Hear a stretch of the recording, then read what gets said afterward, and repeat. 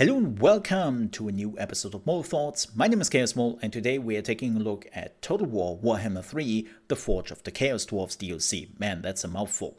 And the biggest question, is this DLC worth $25? But before we do this, a few things. First things first, I got the key for free thanks to Sega. And I also got it a day before the release. No, this is not a sponsored segment. You would have found that in the title if it was. But they're not paying me anything, and they only gave me the key before the game came out, so I can actually take a look at that early on. But this doesn't really change my opinion on the DLC. Second, if you love strategy games, if you love management games, if you love building games, please consider to subscribe to the channel. That's what we are focusing on here, and we are doing reviews on big games, small indie games. I'm also doing some more focused videos on some of the topics some games have, and that is all completely focusing on strategy management and building games here on the channel, nothing else. Now the last thing is I'm normally not doing reviews. I'm not giving 7 out of 10 points or something like that because I find that completely arbitrary. What I'm doing is I'm showcasing you the game, I'm explaining you how I think about it, and then you can hopefully make your own decision on if you want to spend the money on the game / this DLC or not. With that said, enough of the blabbering. Let's get into my thoughts on the Warhammer DLC. So, with somebody who has over 500 hours in Warhammer 3 alone, I was really looking forward to this DLC.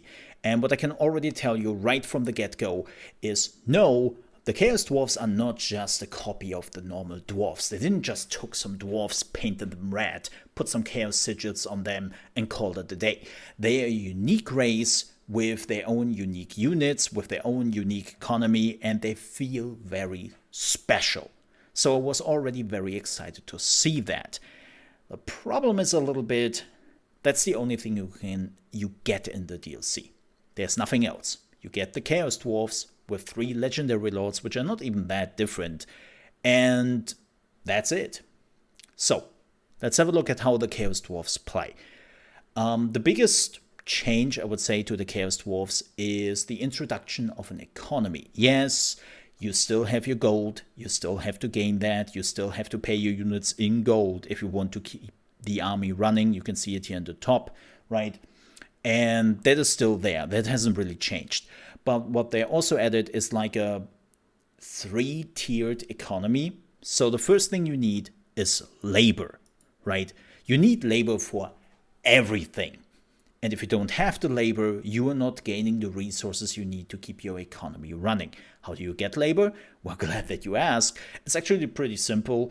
You're just fighting some fights, or you are sending out some of the caravans to gain some labor. And the caravans, if you have ever played Grand Cathai, you know exactly how this works, right? You are sending out a caravan leader, and then you are telling them what you actually want, right? What you are paying and what you are getting for that.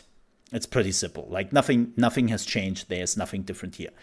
But this is how you can also get labor, or you are just, well, fighting some fights and sieging some settlements. It's pretty simple, really. And after you gain the labor, you are starting to generate raw resources or raw materials, right? And you need the raw materials for building buildings in your city. For some of the research, you will need raw materials. You can see that right here in the industry, right? I need some raw materials for that. And out of the raw materials, you are then creating armaments. What do you need armaments for? Well, you need armaments for the same thing I just mentioned. Research, building some buildings, and more importantly, to get the Hellforge going. And the Hellforge system is super interesting. So what you are seeing here is how you can upgrade your units through armaments in the Hellforge. And I know it looks a little bit complicated, but it's actually super easy to understand. They're using the system from the Desert Undead. I always forget their name. I'm so sorry, even though I'm playing them quite often. I always forget their name. But they're using the same system, right? When I'm putting a point in here, then I can have more Chaos Dwarf warriors. in my army. Now I can have 4. Right, it's a pretty simple system. So you can increase that with armaments. But what you also probably have noticed is when I put a point in here, it also increased this bar on the left side. What did it do? It unlocked passives, spell resistance 25%, and attribute charge reflection. And the first one was frenzy. Now you can do that for every category. You can see that here they have all their different passives. Wait, does that mean I'm just gaining passives for this, guys? No.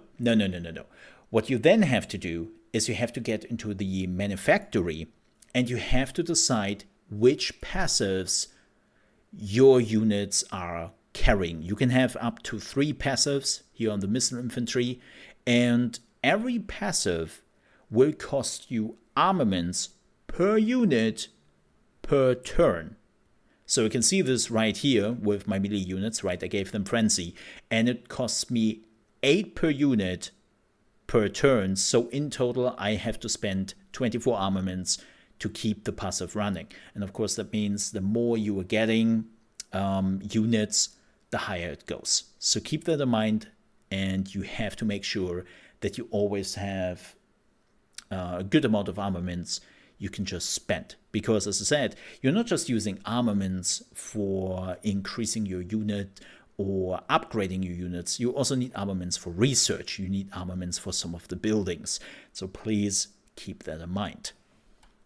Okay, so where do I get the raw materials and how do I make armaments?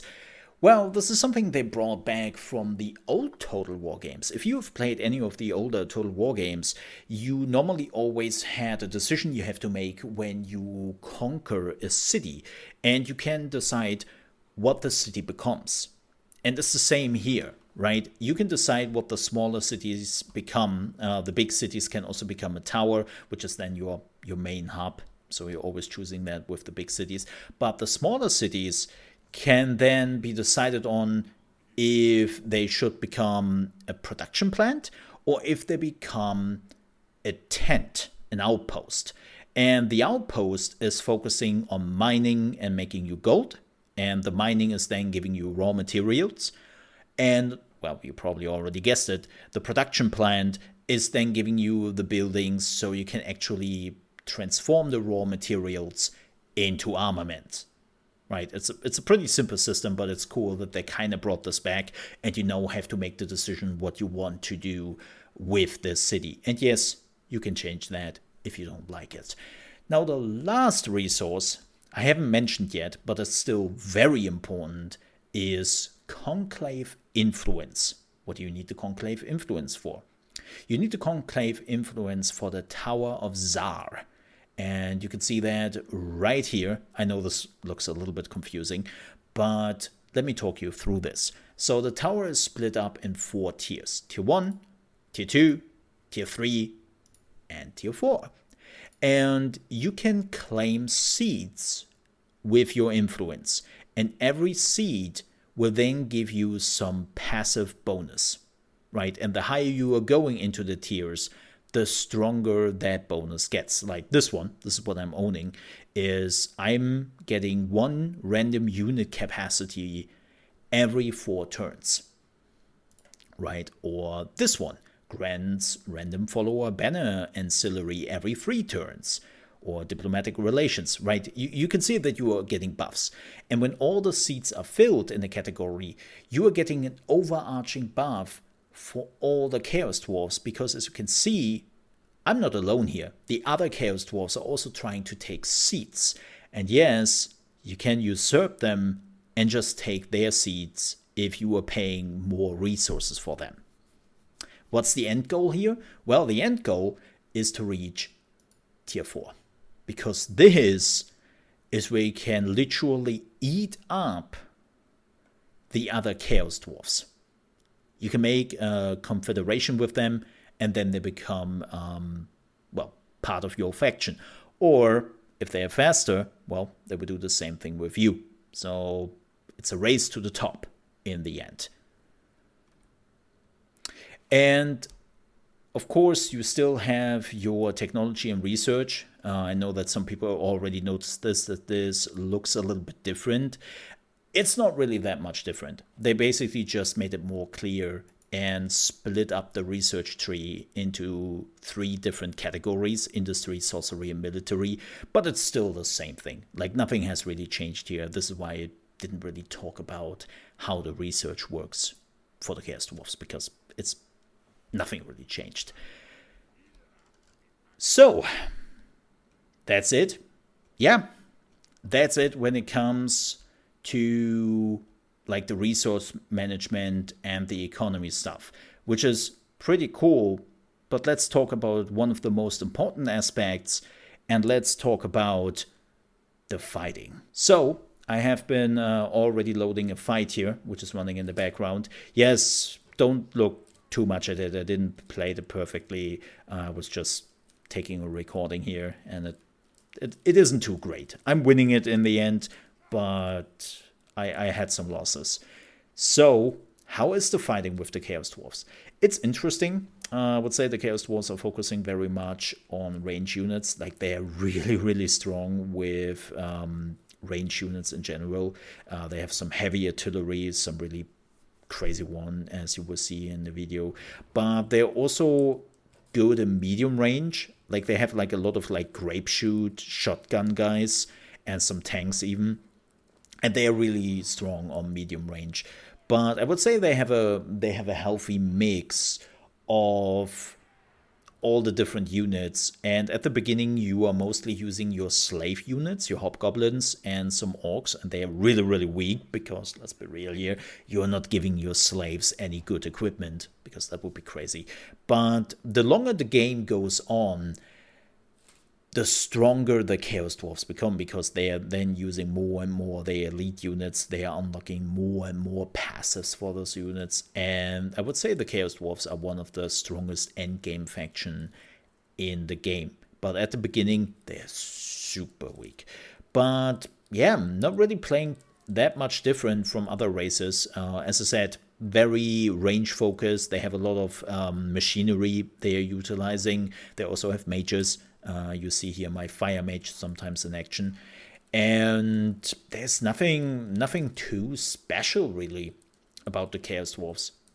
Yeah, like they can take a beating, and if they can position their range units in the right way, they can devastate huge parts of the enemy army very quickly, because the enemy is still sometimes stupid and just huddling together, and you can literally shoot some artillery in there, or use like a special grape shot or something which does tons of AoE damage.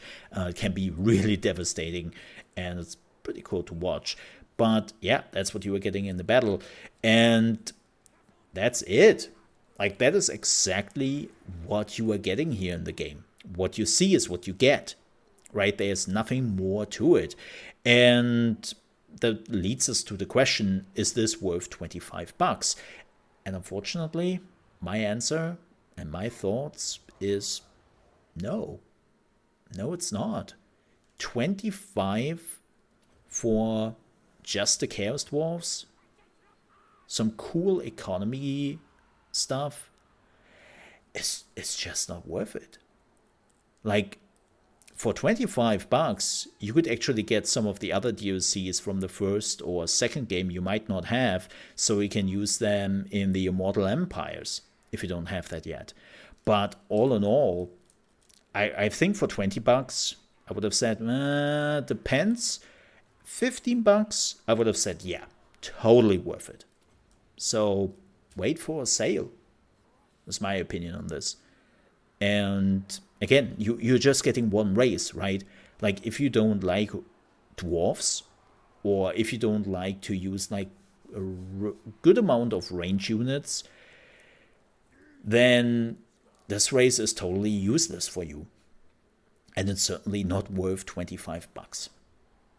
So unfortunately, I have to say, wait for a sale if you were interested in it. Of course, if money is not a concern to you, then I mean, why are you even watching the review, right? You could have just bought it anyways. But again, if I wouldn't have gotten the key for free, I would have bought it anyways to make a review. but I would have felt a little bit like, I'm not sure if this was worth it. I enjoy the Chaos Dwarfs. I really like them. I think they're a really cool race, and they do tons of stuff different. But in the end, it is one new race. So that's that. With that said, thank you so much for watching. Please don't forget to like and subscribe to the channel. I really do appreciate it. And we will be back with some other videos in the very foreseeable future. So again, thank you so much for watching. I'll see you next time. Stay safe. Bye-bye.